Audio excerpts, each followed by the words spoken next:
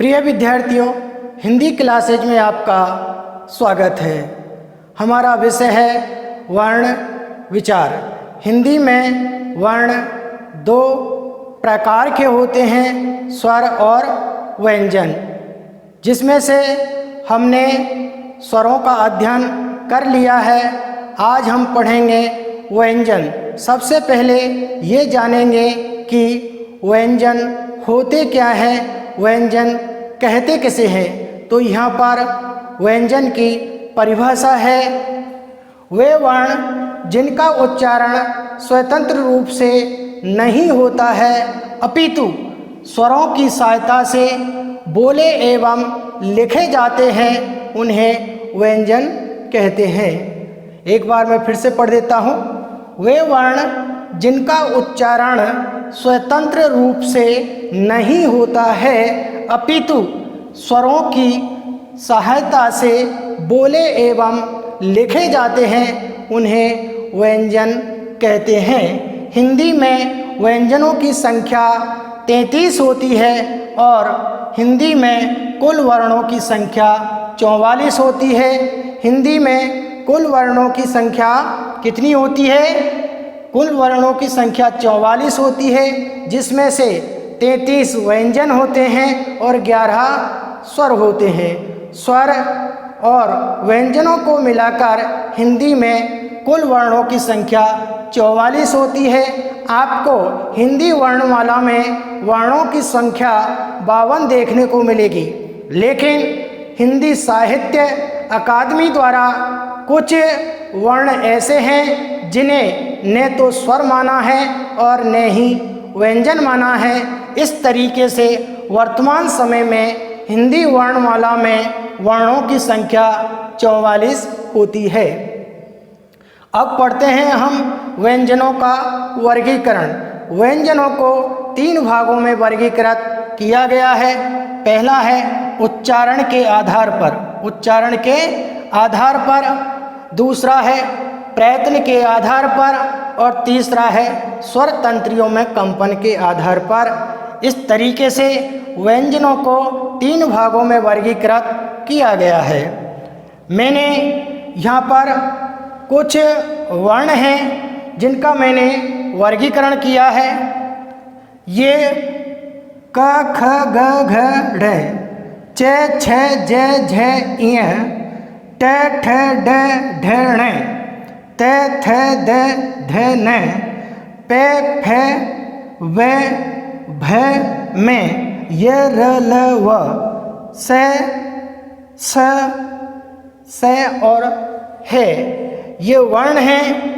इन्हें प्रथम वर्ण कहते हैं, इन्हें द्वितीय वर्ण कहते हैं, इन्हें तृतीय वर्ण कहते हैं, इन्हें चतुर्थ वर्ण कहते हैं और इन्हें पंचम वर्ण कहते हैं। चाहे हम इनको ऐसे से गिनें, चाहे इस तरीके से हम इनको गिन सकते हैं।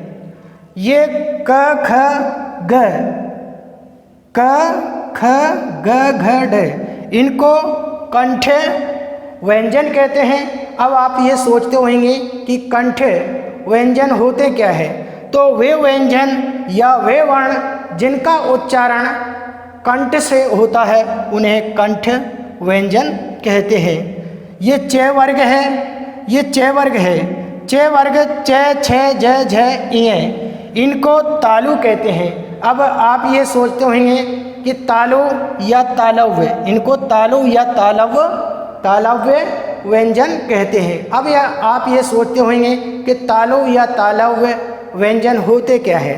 तो वे व्यंजन जिनका उच्चारण करते समय हमारी जीभ का जो मध्य भाग है वो ऊपर वाले जबड़े के कठोर हिस्से को स्पर्श करता है, उन्हें तालु या तालव्य व्यंजन कहते हैं। इसके बाद आता है ये ट वर्ग, ट ठ ड ढ ण, ये व्यंजन हैं। इनको मूर्धा कहते हैं, इनको मूर्धा या मूर्धन्य व्यंजन कहते हैं। अब आप ये सोचते होंगे कि मूर्धा या मूर्धन्य व्यंजन कहते कैसे हैं। तो मूर्धा या मूर्धन्य व्यंजन वो होते हैं जिनका उच्चारण करते समय ध्वनि नाक से बाहर आती है उसे मूर्धा या मूर्धन्य व्यंजन कहते हैं। यहाँ पर मूर्धा का अर्थ है नाक। इसके बाद आता है तय वर्ग।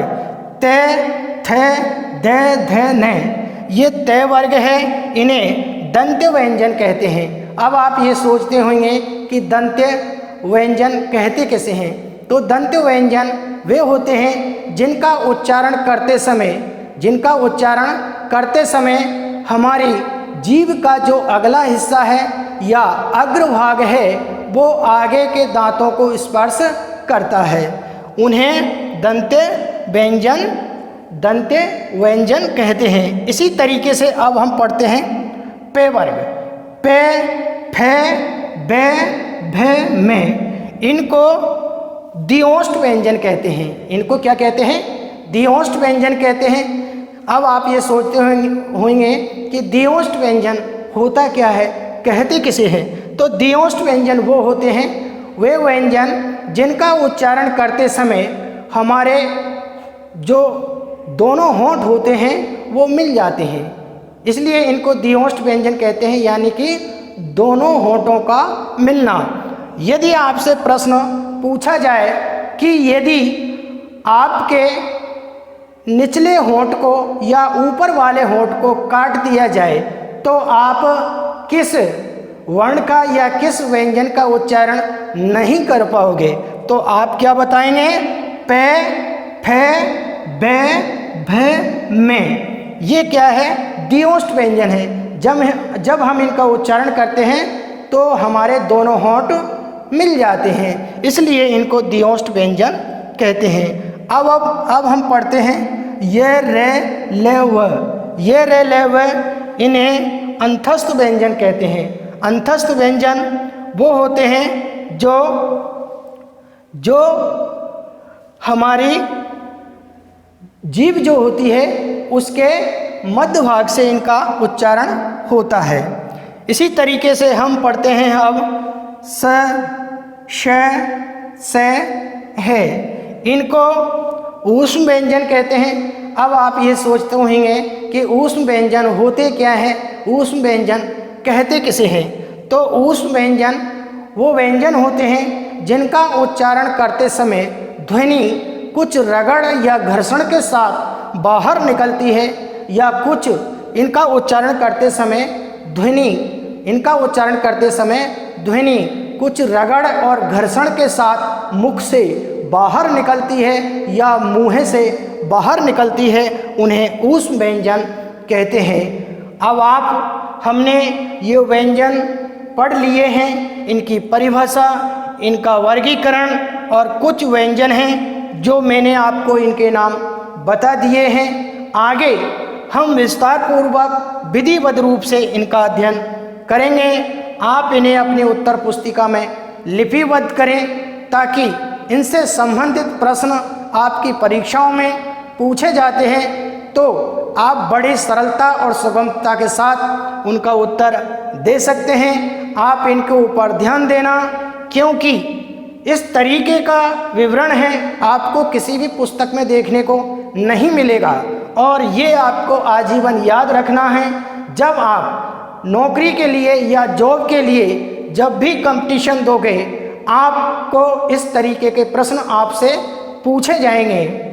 ऐसा कोई कंपटीशन नहीं है जिसमें हिंदी के प्रश्नों न पूछे जाते हों, इसलिए आपको इन्हें ध्यान में रखना है, अपनी कॉपी में या उत्तर पुस्तिका में लिपिबद्ध करना है, ताकि इनसे संबंधित प्रश्न आपकी परीक्षाओं में पूछे जाते हैं तो आप बड़ी सरलता और सुगमता के साथ उनका उत्तर दे सकते हैं। आज के लिए इतना ही, शेष कल पढ़ेंगे। Thank you.